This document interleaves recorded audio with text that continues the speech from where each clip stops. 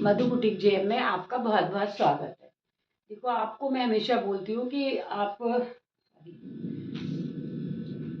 मैं जितनी भी सिलाई स्टिचिंग करती हूँ ना, जैसे मैंने कल साड़ी से एक लॉन्ग कुर्ती बनाई ए लाइनिंग की, उसका पैंट बनाया, तो अभी वो हेमिंग पे गई है, आएगी तो फिर मैं आपको दिखाऊंगी। लेकिन आप मेरी वीडियो को देखने से पहले मुझे लाइक किया कीजिए, कमेंट्स किया कीजिए, सब्सक्राइब किया कीजिए। अभी मैं आपको एक स्कर्ट की कटिंग दिखाऊंगी। ये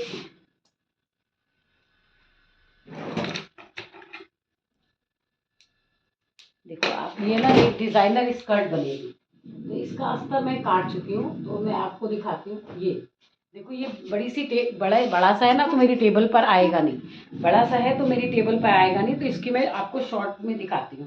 देखो आप, ये मैंने एक अम्ब्रेला डिवाइडर प्लाजो काटा है, डिवाइडर प्लाजो। ये देखो आप, ये ना डिवाइडर प्लाजो है। तो ये सिलने के बाद आपको दिखाऊंगी। अब मैं इसको यहाँ पे शॉर्ट में दिखाती हूँ आपको कि मैंने क्या किया है। देखो, जैसे ये कपड़ा है, ये मेरा चौकोर कपड़ा है, ठीक है। इस चौकोर कपड़े को मैंने क्या किया, देखो आप, ये लेफ्ट हैंड, जो लेफ्ट हैंड होता है ना हमारे, लेफ्ट हैंड से मिला करके मैंने ऐसे मिला दिया इसको, लेफ्ट हैंड से। ये लेफ्ट हैंड से जहां तक मिला वहां तक मिला दिया। अब यहाँ पे आपको छोटा सा दिखाऊंगी कि देखो मैंने ये डिवाइडर प्लाजो कैसे बनाया। अब मैंने इसको अपनी तरफ सीधा कर लिया, इसको, ये जो था ना, इसको यहाँ पे अपनी तरफ सीधा कर लिया। और इसकी कमर कैसे निकाली मैंने, इसकी कमर थी, समझ लो आप, यहाँ पे मैं इसकी कमर निकालती हूँ।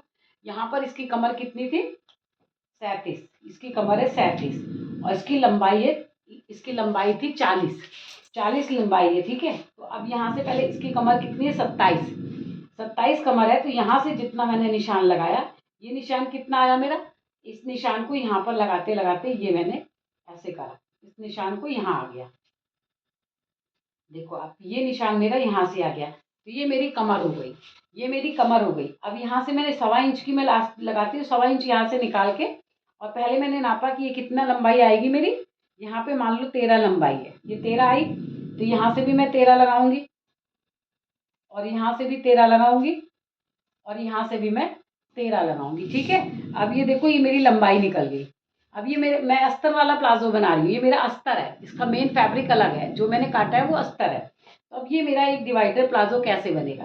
अब यहाँ से 1.25 इंच की बेल्ट, अगर इसके हिप है 42, इसके हिप कितने, 42, तो 42 हिप में कितना आसन आना चाहिए, ज़्यादा ज़्यादा 15 इंच का, 14.5 और 15 इंच का।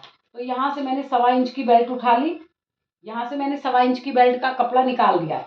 ये जो है ना, यहाँ से मैंने ये लगा रखा है, आपको दिख रहा होगा मार्कर से, देखो यहाँ पे निशान लगा रखा है ना मैंने, ये आपको दिख रहा होगा।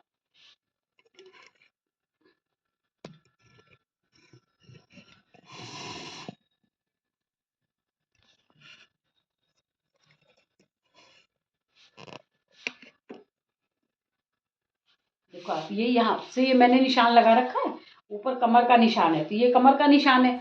अब यहाँ से मैं 42 है मेरा। ऐसे देखो, ये भी जो मैं क्रॉस एरिया का निशान लगाती हूँ ना, वो भी ऐसे डिवाइड करके मत लगाइए। जितना भी 40 या 42 होगा ना, उनका आसन हमेशा 14.5 पे आएगा। जैसे जैसे आसन बढ़ता जाता है, 15 या 16, 17 तक आसन हो जाता है। जिनके हिप हिप जो है 50 है, तो उनका तो 17 आसन आएगा ही आएगा, तभी वो कंफर्ट होंगे इधर। क्योंकि हमें क्या होता है, बैठने के बाद ऐसे पैर घुमाना, ऐसे घुमाना पड़ता है ना काम करने के लिए। तो ये इस तरह से यहाँ पे आसन निकालती हूँ। तो आसन कैसे, 42 आसन था, तो ये 1.25 इंच मैंने यहाँ से टेप को निकाल दिया, और यहाँ से कितना आसन निकाल लिया मैंने, 15 इंच का, 15 इंच का आसन निकाल लिया। 1.25 इंच के बाद ये 15 इंच पे मैंने निशान लगाया, क्योंकि ये आधा इंच सिलने में चला जाएगा। तो यहाँ से 1.25 इंच, 15 इंच ये निकाल लिया। और यहाँ से आप किसी का भी हो, आसन ढीला हो तब भी 3 है, ये नॉर्मल है इसलिए मैं 3 निकाल रही हूँ। ये आसन नॉर्मल है, ये नॉर्मल आसन है, ये नॉर्मल है 3 इंच। अगर 50 चेस्ट होता तो इसको क्या कर देती, 3.5 रख लेती, 3.5, 50, 3.5 और 4 तक मैं आसन को ले जाती। अब इसको मैंने 4 को क्या किया, यहाँ से देखो, यहाँ से ये मिला दिया, 4 को मैंने यहाँ से मिला दिया, ये देखो यहाँ मिला दिया। और यहाँ पे हमारी दूरी कितनी होनी चाहिए, 1.5 इंच की। यहाँ पे दूरी कितनी होनी चाहिए हमारी, 1.5 इंच की। ये देखो आप, यहाँ से ये मैंने मिला दिया, इसको ये मिला दिया यहाँ से। अब मैंने एक पेपर पे आपको बताया, एक पेपर पे निकाला है, एक पेपर पे निकाला है। तो यहाँ से ये मैंने कमर काट दी, ये एक ही पेपर है तो एक ही पैर दिखा पाऊंगी आपको मैं।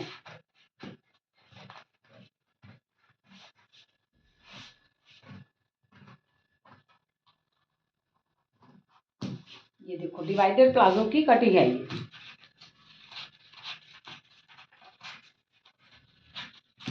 ये डिवाइडेड प्लाजो बन गया। ये अगर ये डिवाइडर प्लाजो है, ये है ऐसे करके आएगा, ये इधर से घूम के यहाँ पे जोड़ लगा देंगे तो ये डिवाइडर एक पैर दिखाया इसका। ऐसे ही इसका दूसरा पैर बनेगा, दोनों पैरों में ये ऐसे करके जुड़ जाएगा तो इसके दोनों पैर, एक पैर इधर चला जाएगा और एक पैर इधर चला जाएगा। इस तरह ये डिवाइडर प्लाजो बन गया। तो आप देखो प्लाजो बनाने के लिए आपको इस तरह के कपड़े की ज़रूरत पड़ती है, इस तरह के कपड़े की ज़रूरत पड़ेगी। तो आप ये ध्यान रखना कि डिवाइडर प्लाजो बनाने के लिए हमको कैसे कपड़े बिछाना पड़ता है और कैसे यहाँ से आसन निकालना है। तो डिवाइडर प्लाजो क्या है, स्कर्ट की लुक देता है। जैसे आपने ऊपर से, जब मैं इसकी ड्रेस बनाऊंगी ना फिर आपको दिखाऊंगी, ऊपर से एक पैडेड ब्लाउज है ये प्रिंसेस में और नीचे डिवाइडर प्लाजो है, ऊपर से श्रग बना रखा है हमने। तो जब पूरी ड्रेस ये कंप्लीट हो जाएगी फिर मैं आपको दिखाऊंगी। तो आपको मेरी कटिंग कैसी लगी आप जरूर बताइएगा। और आपका है कि किस साइज में कितने आर्महोल वो सोल्जर्स में कितना वो रखना है, कितने सोल्जर्स निकालने। मान लो आपका, आप कुर्ती बना रहे हो और आपका चेस्ट 42 है तो आप सोल्जर्स कितने रखोगे, और गले के हिसाब से होते हैं सोल्जर्स। तो देखो ये क्या है कि चेस्ट और गले के हिसाब से होते हैं।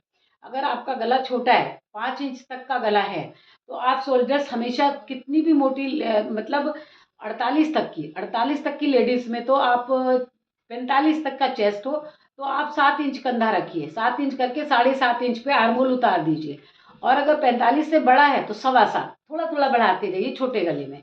और बड़े गले में कि जैसे कहते हैं, मान लो आपको ये नापना नहीं आता ना, मैं इसलिए आपको बता रही हूँ क्योंकि आप सोल्जर नापते समय किसी का 19 है तो कंफ्यूज हो जाओगे। 19 से किसी का कॉलर वाला कुर्ता बनाना है तो हमको उसका 9 रखना पड़ेगा, 9.5 रखना पड़ेगा, 9.5 रखना पड़ेगा। अगर किसी किसी का होता है ये शोल्डर्स 19 होता है, मैंने भी बनाया है। तो जब अगर शोल्डर सही नापने ले आ गए तो आपको ये यहाँ से निकालना कोई मुश्किल नहीं है। बड़ा शोल्डर्स में अगर मान लो हमने 9.5 बनाया था उसका कॉलर वाले का, और उसका चेस्ट था 48 उसका चेस्ट था, कॉलर वाली कुर्ती बनानी थी और उसका शोल्डर्स था मेरा 19 इंच। 19 में मैंने 9.5 इंच रख करके और 10 इंच पे उसके आर्मोल उतारे थे, उसको बिल्कुल परफेक्ट कुर्ता आया हुआ था, बिल्कुल कॉलर वगैरह सब सेट थे। अब बताओ उसी का मुझे अगर बड़ा गला बनाना होता 10 इंच का, 10 इंच का गला बनाना होता तो अब देखो आप 9.5 में से मैं यहाँ आपको करके दिखाती हूँ। ये 9.5 हो गए। अब जैसे लोग बताते हैं आप 2.5 इंच 2 इंच कम कर दो, तो अब इसमें से मैं कम कर दूंगी, तो 2.5 इंच कम कर दिया मैंने तो आया 7। तो 7 इंच पे अगर मैं इसको डिवाइड कर दूं, 9 को 9.50 -2 इक्वल टू कितना आ गया, देखो इक्वल टू आ गया इसका 7 आ जाएगा ना, 2 इंच कम कर देंगे 7.50 आ जाएगा, 7.5 आ जाएगा। तो क्या 7.5 पे हम इसका छोटा गला बनाए तो क्या आ जाएगा, बिल्कुल नहीं आएगा, क्योंकि वो आपको 6.5 इंच रखना पड़ेगा आपको तब। और बहुत चेस्ट के हिसाब से आप ये यहाँ पे छोटे गले में जरूर ध्यान दीजिए। जो छोटे गले होते हैं ना उनमें तो आपको शोल्डर्स के हिसाब से बिल्कुल जितने उतने रखिए, लेकिन जैसे जैसे गले बढ़ते जाते हैं तो आप उसमें से 2 इंच माइनस करके आपकी नाप कभी नहीं निकलेगी। अगर देखो जब 50 इंच का चेस्ट है, 48 चेस्ट है, 45 चेस्ट है, तो आप ये बड़े गले में भी आप ये जो 6.5 से कम मत रखना, 6.5 से कम तो कभी भी मत रखो बड़े हैवी साइज में। शोल्डर्स जो हैं 6.5 से कम हैवी साइज में आप कभी मत रखना। अगर आपने रख दिया, क्योंकि एक बार कटने के बाद आप बड़ा नहीं कर सकते हो, बड़ा करने के लिए फिर आपको बुटीक की लाइन में बहुत ध्यान से सीखना पड़ेगा। बड़े हो गए तो कैसे हम और भी कपड़ा लगा करके डिज़ाइन बना लेते हैं और उसको बड़ा कर लेते हैं। वहां तक पहुंचने के लिए आपको कमेंट्स करने पड़ेंगे, आपको पूछना पड़ेगा, आप जो पूछेंगे वही मैं आपको बताऊंगी। क्योंकि मेरे को तो ऐसा लगता है इतनी सारी यूट्यूब पे वीडियो बनाई जा रही है, इतना सारा सब कुछ दिखाया जा रहा है तो शायद सबको आता हो, ये भी कन्फ्यूज़न हो जाता है। तो आप जब मुझे बताएंगे कि आपको क्या चीज़ आती है क्या चीज़ नहीं आती, क्या आप सीखना चाहते हैं, ये भी एक मतलब किसी का कमेंट्स आया था तब उसके ऊपर बता रही हूँ कि उन्होंने बोला था कि शोल्डर्स इतने हो, शोल्डर्स के हिसाब से आर्मोल निकालने बताइए। तो देखो शोल्डर जितने भी आप निकालोगे ना उससे आधा इंच बढ़ा लो, आधा इंच आप जरूर बढ़ाओ उसमें आर्मोल को। और कॉलर वाला कुर्ता बना रहे हो, छोटे गले का बना रहे हो तो 1 इंच आर्मोल बढ़ा लो, कुछ दिक्कत नहीं आती, कोई दिक्कत नहीं आएगी, आपकी बाजू भी नहीं कसेगी। जब हम आर्मोल छोटा निकालते हैं तब भी हमारी बाजू ऐसे कस जाती है, यहाँ से कसती है बाजू। ये आर्मोल आपने कम निकाले हो तो यहाँ से बाजू में ऑल्ट्रेशन आ जाती है। इसलिए आप जो पूछेंगे सिर्फ उतनी छोटी सी वीडियो बनाऊं तो शायद आपको समझ में आएगा। अब मैंने एक तो एक आपको ये डिवाइडर प्लाजो की कटिंग दिखा दी और दूसरे वो दिखा दी, तो आप कंफ्यूज हो जाओगे ना। तो इसलिए आप जो पूछोगे उसकी वीडियो बनाऊंगी ना, तब आपको पता चलेगा कि सिलाई को स्टेप बाय स्टेप कैसे सीखा जाता है। हुक कैसे लगाए जाते हैं आप कहोगे तो बता दूंगी। आई कैसे बनाए जाते हैं, हम कैसे बनाते हैं वो बता देंगे। अब आपको छोटी सी चीज़ तो आ नहीं रही है और आप बड़ी चीज़ पे कूदोगे तो कांट पॉसिबल कि आपको वो इतनी जल्दी आ जाएगा। बहुत हमने डिप्लोमा लेकर के भी इतनी जल्दी जब तक प्रैक्टिकल नहीं किया, ये वर्क स्टेशन पे काम नहीं किया, तब तक काम नहीं आया। तो आप वीडियो को बहुत ध्यान से देखा कीजिए, कमेंट ज़रूर करिए। छोटा सा भी डाउट होगा ना, उसकी भी वीडियो बना के पोस्ट कर दूँगी। तो मैं तो चाहती हूँ कि इतने पैसे सिलाई पे खर्च होते हैं, लोगों के पैसे बचे, लोग अपना तो काम करें, अपने तो शौक उनके पूरे हों। Thank you, okay, bye bye. Thank you guys for your watching.